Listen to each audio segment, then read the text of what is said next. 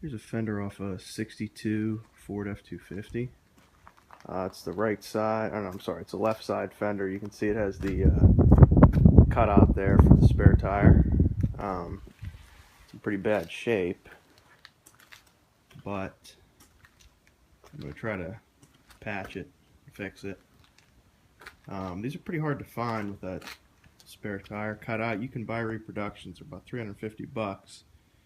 But most of the ones you see don't have that cut out there for the spare tire. So I'm going to try to save a little bit of money and fix this one. As you can see, it's pretty rough.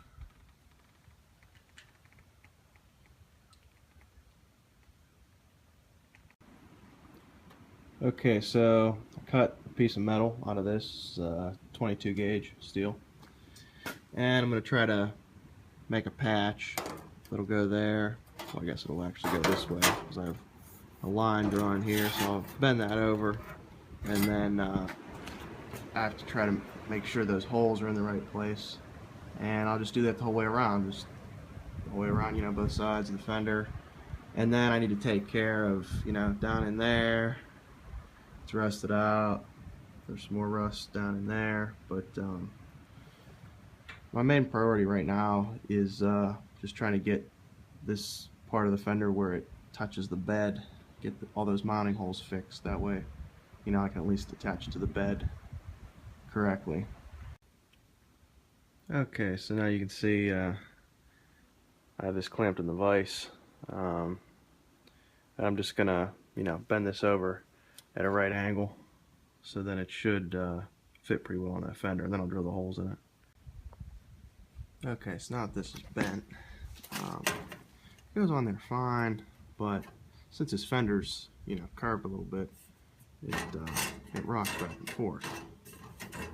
So I need to cut a slit right here, and then that'll let me, you know, bend this piece. It won't be perfect, but it'll be better than it is now, and that way it should, you know, conform to the curve of this fender a lot better, and then I can drill the holes. Okay, so you can see I made a notch here, and it's a little bit wider at the bottom. That way, whenever I close it up like that, I should get, you know, pretty good seam there, and I can weld that together, and then it's got that little bend in it. So whenever I put it on there,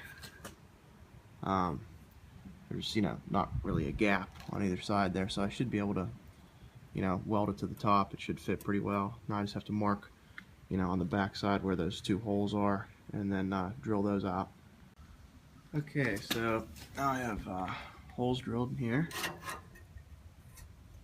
and you can see they, well, maybe you can't see, but they match up pretty well there with the holes that were already there.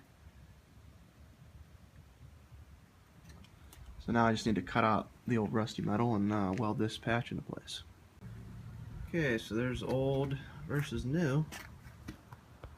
Every time I cut out one of these patches and try to fit it in there, it's never exactly right the first time. You can see there's some gaps.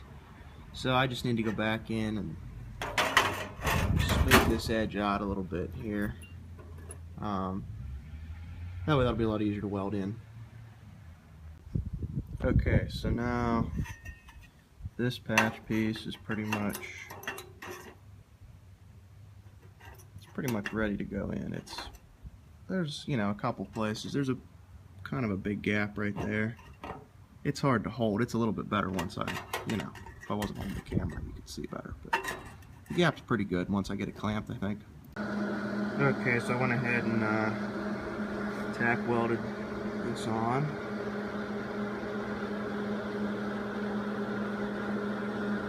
Not very pretty, but it worked. Okay, so this, I welded it on there, and then I ground the welds down somewhat. It looks worse now that I painted it. You can, you know, really see where, you know, it's not ground completely flat, but I didn't want to make any holes, so that's ground down as good as it's getting. I just put a coat of paint on it. I'll still probably end up putting some body filler in there and paint it again, but this paint will at least keep it from rusting anymore. So now on to the next patch, which I made. This one, there's 2 cuts there, and then I've marked where I need to drill the holes. But that's basically what I'm doing. I'm cutting these slits here, and then that lets me try to match the curvature of that fender as best I can. Right now it's still pretty easy because this whole top area is pretty flat, but then once I get into these curves here, I'm probably gonna end up having to do shorter pieces. These are, I don't know, a foot long maybe, so I'll probably start just doing 4-inch pieces maybe. That should make it a little bit easier to work with.